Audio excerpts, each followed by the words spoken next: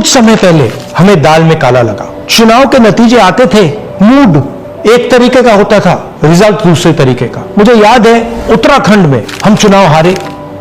बाद में मैंने कैंडिडेट से पूछा कि जहां रोड शो हुआ था वहां जाके देखिए हमें कितने वोट मिले। हजारों लोग आए थे, पोलिंग बूथ में किसी ने वोट नहीं किया। यह असंभव था, यह हो ही नहीं सकता। उसके बाद छत्तीसगढ़ और मध्य प्रदेश के रिजल्ट, हमें लगा कुछ ना कुछ गलत हो रहा है। 2018 में मध्य प्रदेश में चुनाव होता है, हम जीतते हैं, हमारी सरकार चोरी हुई थी। 2023 में चुनाव होता है, मैंने अपने आंखों से भारत जोड़ो यात्रा में देखा, भयंकर एंटी इनकम्बेंसी, और हमें 65 सीट मिलते हैं। इम्पॉसिबल, हो ही नहीं सकता। और फिर महाराष्ट्र में पहली बार हमें सबूत मिला, विधानसभा और लोकसभा के बीच में जादू से नए वोटर आते हैं, और जहां भी इन नए वोटर्स ने वोट किया वहां वोट बीजेपी को गया। महाराष्ट्र चुनाव के बाद जब हमें डाउट हुआ, हमारे गठबंधन के सारे नेताओं ने प्रेस कॉन्फ्रेंस किए और हमने इलेक्शन कमीशन से कहा कि आप हमें वोटर लिस्ट दीजिए, वीडियो रिकॉर्डिंग दीजिए। इलेक्शन कमीशन ने मना किया, ना उन्होंने हमें वोटर लिस्ट दी और ना उन्होंने वीडियो रिकॉर्डिंग दी। डाउट हुआ, क्यों नहीं दे रहे, क्या कारण है? तो हमारे दिमाग में सवाल उठा, क्या इलेक्शन कमीशन बीजेपी की मदद कर रहा है?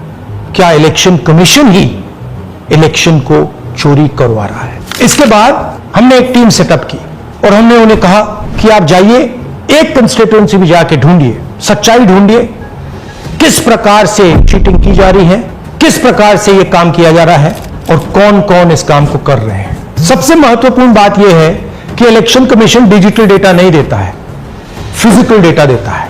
मतलब लाखों कागज में वोटर लिस्ट दे देगा, मगर डिजिटल वोटर लिस्ट किसी को कभी नहीं देता। क्यों नहीं देता? कारण क्या है?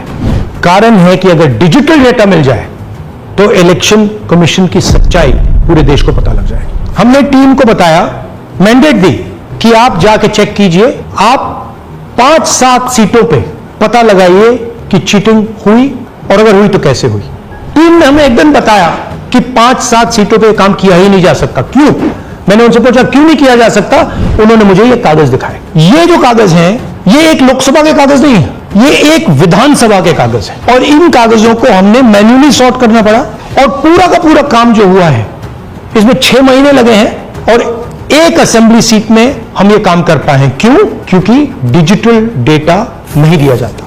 अगर इलेक्शन कमीशन ने हमें डिजिटल डेटा दिया होता तो हम ये कार्रवाई पूरे देश में, हर लोकसभा में, हर विधानसभा में 15 मिनट में करके दिखा देते। हमारे पास अनलिमिटेड रिसोर्सेज नहीं है, इसलिए हमने ये रिसर्च सिर्फ एक लोकसभा में, एक विधानसभा सीट में की।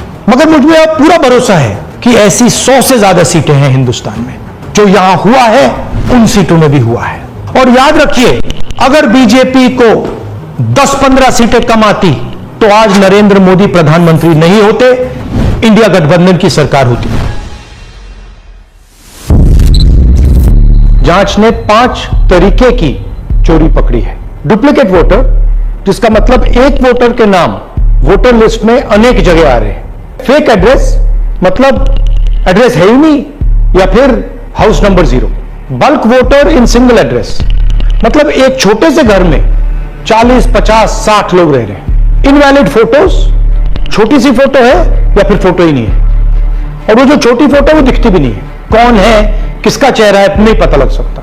Misuse of form 6। Form 6 first time voters के लिए होती है, मतलब जिनकी एज 18-20 साल की हो, मगर वोटर लिस्ट में 90 साल के लोग फॉर्म 6 का प्रयोग कर रहे हैं। चुनाव में 6,50,000 वोटर थे, उसमें से 1 लाख चोरी के थे। अब मैं आपको 5 उदाहरण देता हूं। यह देखिए गुरकीरत सिंह डांग, इसका नाम 4 अलग अलग बूथों पे आता है। यह कैसे हुआ और क्यों हुआ? एक और उदाहरण, विशाल सिंह, वाराणसी में वोटर लिस्ट में नाम है और बेंगलोर में 2 बार वोटर लिस्ट में नाम आता है। क्या ये वाराणसी में वोट कर रहे हैं या बेंगलोर में वोट कर रहे हैं या दोनों जगह वोट कर रहे हैं? एक और उदाहरण देखिए, हाउस नंबर 0। तो आपने कभी सुना है हाउस नंबर 0? हमने तो नहीं सुना था, मगर बेंगलोर में हजारों हाउस नंबर 0 है वोटर लिस्ट पे।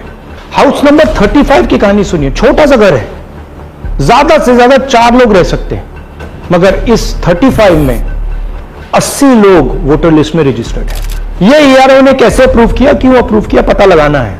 अच्छा, अब ये देखिए वोटर लिस्ट, इनकी फोटो देखिए, या फोटो है ही नहीं या फिर छोटी छोटी फोटो है जो दिख नहीं सकती। इन वोटर आईडीज पे वोट दिया गया है। अब मैं आपको बताता हूं शकुन रानी की कहानी।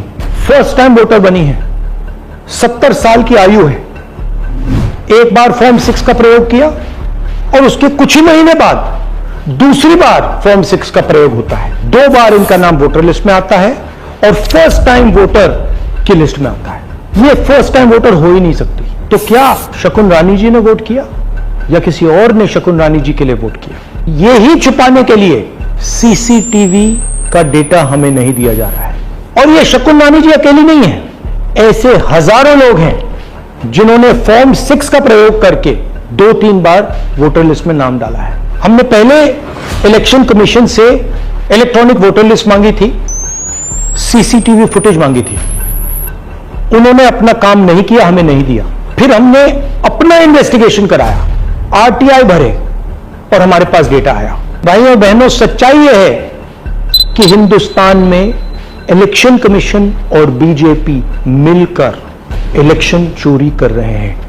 यह पूरा का पूरा सबूत ब्लैक एंड व्हाइट में आज हमने आपको दिया है। इलेक्शन कमीशन जानता है कि हमने उनकी चोरी पकड़ ली है, इसीलिए एसआईआर आया है। यह एसआईआर जो है इंस्टीट्यूशनलाइज चोरी है। इलेक्शन कमीशन खुलकर बिना डरे बीजेपी के साथ मिलकर चोरी कर रहा है। और ये जो एसआईआर है, इसका लक्ष्य गरीबों का जो हक है, उनका वोट जो है, उनसे चोरी करने का है। मैं आपको एक और बात बताना चाहता हूं। इस पूरी इन्वेस्टिगेशन में हमने वोटर एडिशन को देखा है, मगर जितना एडिशन होता है शायद उससे ज्यादा डिलीशन होता है, सबट्रैक्शन होता है। तो ये सिर्फ एक मेन तरीका हमने पकड़ा है, दूसरे तरीके पे हमने इन्वेस्टिगेशन की ही नहीं है। मैं इलेक्शन कमीशन और इलेक्शन के ऑफिसर्स को साफ कह रहा हूं, आप जो कर रहे हो गलत कर रहे हो, ये ट्रीजन है, देश के खिलाफ है। ये मत भूलिए, टाइम आएगा हम आपको पकड़ेंगे, बचने वाले नहीं हो। It is critical that we expose voter चोरी।